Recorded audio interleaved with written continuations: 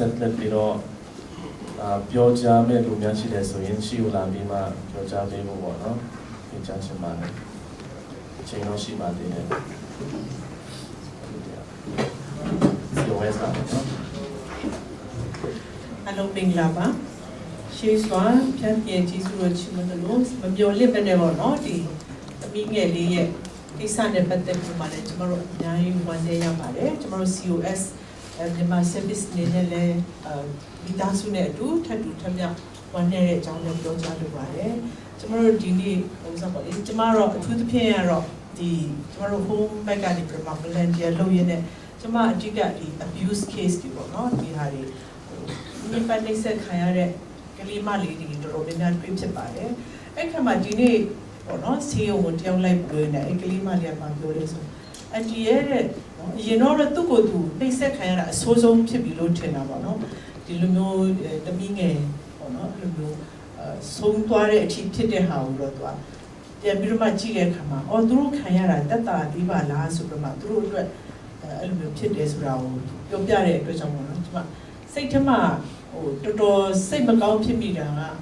ကျမတို့တွေပေါ့နော် networking ကျမတို့အားနေတာတွေလည်းပါတယ်ပေါ့လေကျမတို့တွေဘယ်နေရာမှာဘာတွေရှိတယ်ဆိုတာကျမတို့ဟို information လုံလောက်မရှိတဲ့အတွက်လည်းပါတယ်ပေါ့နော်ကျမတို့တယောက်နဲ့တယောက်ဘယ်နေရာမှာဘာရှိလဲဆိုတာမသိတာတွေလည်းကျမတို့အထူးသဖြင့်ကျမအနေနဲ့ကတော့ပေါ့နော်ကျမတို့ဖြန်းချောင်းအနေနဲ့ရောကျမ personally ရောဟိုဒီလိုမျိုးခံစားရတာခဏတာလေးတော့ဖြစ်မှာမဟုတ်ဘူးလို့ကျမထင်တယ်ပေါ့နော်အဲ့လိုမျိုးဖြစ်တဲ့အချိန်မှာမကူညီလိုက်ရတဲ့အတွက်လည်းကျမအနေနဲ့အရင်ပဲဝန်နေမိတယ်ပေါ့နော်ဒါပေမဲ့နောက်များမှလည်းဒါမျိုးတွေမဖြစ်ပေါ်လာရအောင်ပေါ့လေကျမတို့လည်းရှိတဲ့နေရာမှာကျမတို့ရဲ့နေရာကတော့ခိုးမို့လာလို့ရှင်လည်းရတယ်ဒါမှမဟုတ်ရင်ကျမဒီဘက်ကျမတို့ PSC ပေါ့နော် Peninsula Shopping Center လေးလွာမှာအခန်း18မှာရှိပါတယ်လို့တကယ်လို့လိုအပ်တာရှိလို့ရှင်လည်းကျမတို့အခန်းကိုအမြဲတမ်းပဲပေါ့နော်ဆက်သွယ်ပြီးတော့မှလိုအပ်တာရှိလို့ရှိရင်ဟိုစပေါ့လေကျမတို့အနေနဲ့အတက်နိုင်ဆုံးပူညီဖို့ ready ရှိတယ်ဆိုတဲ့အကြောင်းလည်းပြောကြားရင်းနဲ့ကျမတို့ဒီနေ့ပေါ့နော်ဒီကလေးညီမငယ်လေးသမီးပေါ့နော်ဆုံးသွားတဲ့အတွက်ကျမတို့ထပ်တူထပ်မြောက်ဝမ်းနေသလိုဆက်လက်ရွေးလဲကျမတို့မြန်မာပြည်ပေါ့နော်ကျမတို့မြန်မာပြည်ကြီးကဟိုတိုးတက်မှုဟိုမဖြစ်သေးသေးရတော့ကျမတို့မြန်မာပြည်ကနေတော့လာချအောင်ပါပဲပေါ့နော်အဲ့ဒါကြောင့်မို့ကျမတို့ရှိတဲ့လူတွေဘယ်လိုဝိုင်းဝန်းကူညီမလဲဆိုတာလဲကျမတို့ဆက်လက်ပြီးတော့မှကျမတို့အပိုင်းကနေပေါ့လေလှုပ်ဆောင်ရမယ့်အရာတွေကျမတို့ဆက်လက်လှုပ်ဆောင်သွားရအောင်လို့လဲလို့ခေါ်တယ်encourage လုပ်ရင်းနဲ့ပေါ့နော်ကျမတို့ networking ကျမတို့ခိုင်ခိုင်နေလုပ်သွားမယ်ဆိုလို့ရှိရင်နောက်များမှာကျမတို့ရဲ့ဒီလိုမျိုးတွေမဖြစ်ဖို့အတွက်ကျမတို့ကာကွယ်နိုင်မယ်လို့ကျမပြောလင်းပါတယ်လို့ရောက်စီတန်းကိုဖျားခင်တောင်းပေးပါစေ။ Amen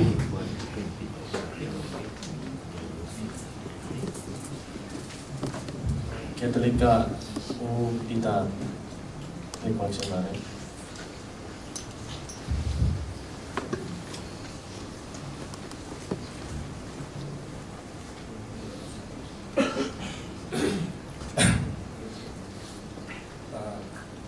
Zomi Católica Sengo Bumitasu ne, Nema Católica Sengo Bumitasu Usai. Dimana yang itu tu, mana jauh sekarang tu jaya ne. Jadi lu dimana yang itu langsung hi, wayang ini lu sampai jaya. Niku mana mana alu Yesus benci jauh jauh balik. Di dimana yang itu dia jual tinggi balik. Jadi apa ini emilu sampai sampai ni tinggi tahu masuk sini. ဟိုဘက်တောင်ထိပ်နဲ့ဒီဘက်တောင်ထိပ်နေနေရတယ်ပေါ့နော်။အဲ့တော့ကျွန်တော်စောင်းပြီးမှကြည့်ရတော့မဟုတ်ပါဘူး။ကျွန်တော်ရွာပြန်တဲ့အခါမှာတွေ့ခဲ့ရတယ်ပါ။အဲ့တော့ဒီစောင်းပြီးလို့တင်ပြီးလို့ဆိုတာကတော့ချင်းတောင်မှာခနူအင်ကွန်ခေါ်ပါတယ်။တော့ခနူတဲပဲတဲ့။ပမာလူပြောရင်တော့ရွာငယ်လေး။တော့ဒါကျွန်တော်နည်းနည်းကျွန်တော်တို့ပတ်သက်မှုရှိပုံလေးနည်းနည်းပြောပြတာပါ။ဆိုတော့ဒီသတင်းကိုကြားတဲ့အခါမှာကျွန်တော်ရန်ဝမ်းနေရပါတယ်ဆိုတော့ဒီသတင်းကိုကြားတဲ့အခါဒီကျွန်တော်တို့ပတ်မှန်ကိုနဲ့စကားပြောတော့ကျွန်တော်တို့အမိုးအကာနဲ့နေခွင့်ရှိတဲ့လူတွေမိသားစုတွေမှာ တစုံတစ်ယောက်ကဆုံးပါသွားလို့ရှိရင်မိတ်ဆွေတင်ငယ်ချင်းတွေနဲ့ဆွေမျိုးသားချင်းတွေရောက်လာပြီးတော့ဆူတောင်းပေးကြတယ်သူ့ရဲ့အလောင်းကိုမြေချတဲ့အချိန်ကြီးကျွန်တော်စိတ်ထဲမှာကျွန်တော်ဝန်နေမိတယ်ပေါ့ဒီမငယ်ဒီလိုလွတ်ကြံခံရပြီးတော့ဆေးရုံမှာနေတဲ့အခါသူ့ဘေးနားမှာဘယ်သူရှိနေလဲကျွန်တော်တို့ဒီချင်းလူမျိုးအနေနဲ့ဖြစ်စေကျွန်တော်တို့ဒီတိတိလူမျိုးခွန်လုံးမိသားစုရောက်ပဲဖြစ်စေမြန်မာနိုင်ငံသားတယောက်ဖြစ်စေတကယ်တည်းမိသားစုဝင်တယောက်အနေနဲ့ဖြစ်စေသူ့နားမှာဘယ်သူသွားပြီးတော့ဆူတောင်းပေးနိုင်မလဲအချိန်ကြီးရလုံးဝဖြစ်နိုင်အဲ့တော့ကျွန်တော်အရန်ဝန်းနေတယ်ဝန်းနေတော့ကျွန်တော်လည်းစကားပြောတဲ့အန်ဒီကိုကျွန်တော်ဘာပဲပြောကျွန်တော်တို့ကသူ့နားမှာသွားပြီးတော့ဆူတောင်းပေးဖို့အခွင့်မရှိတဲ့အခါအနည်းဆုံးတော့သူ့အတွက်တတိယဆူတောင်းပေးခြင်းသူ့ရဲ့ဝိညာဉ်နဲ့သူ့မိသားစုအတွက်ဆူတောင်းပေးခြင်းတော့မဖြစ်မနေလုပ်ကြရအောင်သူကကက်သလစ်ဘာသာဝင်တယောက်ဖြစ်တဲ့အတွက်ကြောင့်ကက်သလစ်တွေရဲ့ထုံးစံရှိတဲ့အတိုင်းဒီဂျန်ဖုံးတော်ကြီးကနေပြီးတော့သူ့ရဲ့ဝိညာဉ်အတွက်မစ္ဆာတရားတော်မြတ်ကိုပူဇော်ပေးတာကိုတတ်နိုင်တယ်လို့လုပ်ကြရအောင်တော့ဒီအမိုးအကာမရှိကုညီဆောင်ရှောက်ပေးမဲ့ဆွေမျိုးသားချင်းမရှိမတရားဒီလိုရက်ဆက်ပြီးတော့တပ်ဖြတ်ခံရတဲ့ညီမလေးဒီလိုဝိုင်းနေနေတဲ့အချိန်မှာ developing story ကတခုဖြစ်လာတယ်။ဒီကပလန်လို့ဒီဥစား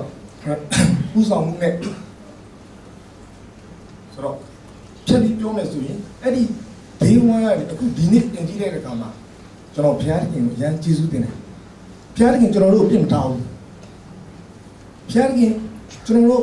ဇိုမီတွေကိုပြစ်မထားဘူး။ဘုရားသခင်ချင်းမျိုးတွေကိုပြစ်မထားဘူး။ဘုရားသခင်ကက်သလစ်တွေကိုပြစ်မထားဘူး။ဘုရားသခင်ခရစ်ယာန်တွေကိုပြစ်မထားဘူး။ဘုရားသခင်မြန်မာပြည်သူပြည်သားတွေကိုပြစ်မထားဘူး။ဒီနေ့သူ့ကိုမေတ္တာပြကြတာချင်းတွေလည်းမဟုတ်ဘူး။ခွန်းလုံးတွေလည်းမဟုတ်ဘူး။ဇိုမီတွေလည်းမဟုတ်ဘူး။မြန်မာနိုင်ငံလုံးဆိုတော့ဒီနေ့ဒီအချိန်ခါမှာကျွန်တော်တို့မြန်မာပြည်မှာလည်း21ရာစုပင်လုံးဆိုပြီးတော့အပြောင်းလဲအတွက်နိုင်ငံလုံးတိုင်းသားပေါင်းစုံဘာသာပေါင်းစုံစူးစမ်းအားထုတ်နေတဲ့အချိန်မှာဒီမှာကျွန်တော်တို့တွေကဒီလိုစီလုံးမှုနဲ့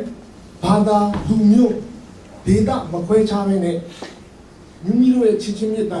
မိမိတို့ရဲ့ကျင့်နာစာနာမှုကိုပြကြတဲ့အခါမှာဒီလိုအခွင့်အရေးဖြစ်ပေါ်လာတာကျွန်တော်ဘုရားသခင်ကိုကျေးဇူးတင်ပါတယ်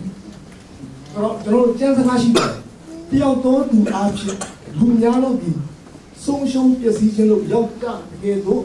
တယောက်တော်သူအားဖြင့်လူများတို့ဒီကယ်တင်ခြင်းလို့ရောက်ကြလိမ့်မည်ဆိုတဲ့ကျမ်းစကားရှိပါတယ်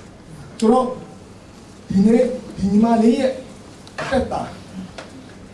အလကားဖြစ်မပေါ်ပါဘူးတန်ဖိုးရှိလာပါတယ်ညီမလေးရဲ့အသက်တာညီမလေးလဲလျောင်းနေတဲ့အသက်မဲ့ခန္ဓာကိုယ်ဟာဒီနေ့ကျွန်တော်တို့ခရစ်ယာန်တွေတာမကချင်းနေတာမကလူမျိုးဘာသာမခွဲခြားတဲ့ကျွန်တော်တို့မြန်မာပြည်သူပြည်သားတွေအားလုံးအတွက်ချစ်ချင်းမြတ်တာကိုတည်ဆောင်လာပေးနေပါတယ်ဆိုတော့ကျွန်တော်တို့ဒီပြန်ထပ်စကားနဲ့ပြောမယ်ပြားပြင်ဘုံကြီးပါစေညီမလေးရဲ့ဝိညာဉ်ကောင်းကင်ဆွေနိုင်ငံတော်မှာကိုလိုရှင်ဘုရားရဲ့ရှင်ခွန်းတော်မှာထာဝရငြိမ်းချမ်းစွာလဲလျောင်းနေပါစေဆိုတော့ကျွန်တော်အင်တန်ကိုယူပါတယ်လူသားတယောက်ရဲ့ဂုဏ်သိက္ခာနဲ့ထိုက်တဲ့အတိအမှန်ပြုချစ်ချင်းမြတ်တာတန်တမှုတွေရရှိတဲ့အတွက်ကြောင့်ကျွန်တော်ဘုရားသခင်ကိုကျေးဇူးတင်တယ်ပြီးတော့ဒီမှုအရာတွေအစာနဲ့ဆုံးလို့ဆောင်ပေးတဲ့ဇူမီအင်ကွမ်ဒီတာစုတော့ကျွန်တော်တို့ခရစ်ယာန်ဂိုင်းပေါင်းစုနဲ့မြန်မာလူမှုအဖွဲ့အစည်းအစိုးရနိုင်ငံအဖွဲ့အစည်းအားလုံးကိုကျွန်တော်တို့ဒီမီယာရီကိုစားခလိုအင်ကွမ်ကိုစားချင်းကက်သလစ်မိသားစုတွေကိုစားမြန်မာကက်သလစ်မိသားစုတွေကိုစားကျွန်တော်အင်မတန်မှကျေးဇူးတင်ရှိပါကြောင်းဆက်လက်ပြီးတော့ဒီအဖြစ်ပြက်ကနေပြီးတော့မှနောက်မှဒီအတဲ့ပို့ပြီးတော့မှကျွန်တော်တို့တိုင်းသူပြည်ကိစ္စနဲ့ဒါနည်းနည်းကြည့်တော့ကျွန်တော်တိုင်းပြည်အတွက်ဖြစ်စေကျွန်တော်တို့လူမျိုးဒေသနိုင်ငံအတွက်ဖြစ်စေပုံမူပြီးတော့ပူပေါင်းလုပ်ကင်လို့ရမယ့်နေရာတွေရှိရင်ကျွန်တော်တို့ဆက်လက်ပြီးတော့ပူပေါင်းလုပ်ကင်ကြရအောင်လို့ ကျွန်တော်ပြောကြလိုပါတယ်ဖခင်ကိုကျေးဇူးတင်ပါတယ် Amen.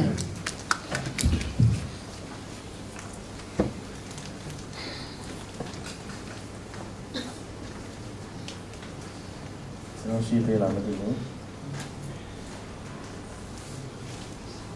ဥပိတာကိုလည်းကျေးဇူးတင်ပါတယ်အခုဆက်လက်ပြီးတော့ကျွန်တော်တို့ကြံရှိနေတဲ့အချိန်တွေကိုဒီနေ့ဒေသနာတော်အဖြစ်တော်၎င်းဆုတောင်းပေးခြင်းအဖြစ်တော်၎င်းဦးဆောင်ပေးသွားမယ်Reverend တေခါတော်ရဆရာပုံစွန်မုံအထူးအတွင်းမို့တည်တယ်Baptist Convention ကိုကျွန်တော်တို့ဒီကနေ့ဖိတ်ကြားချင်ပါတယ်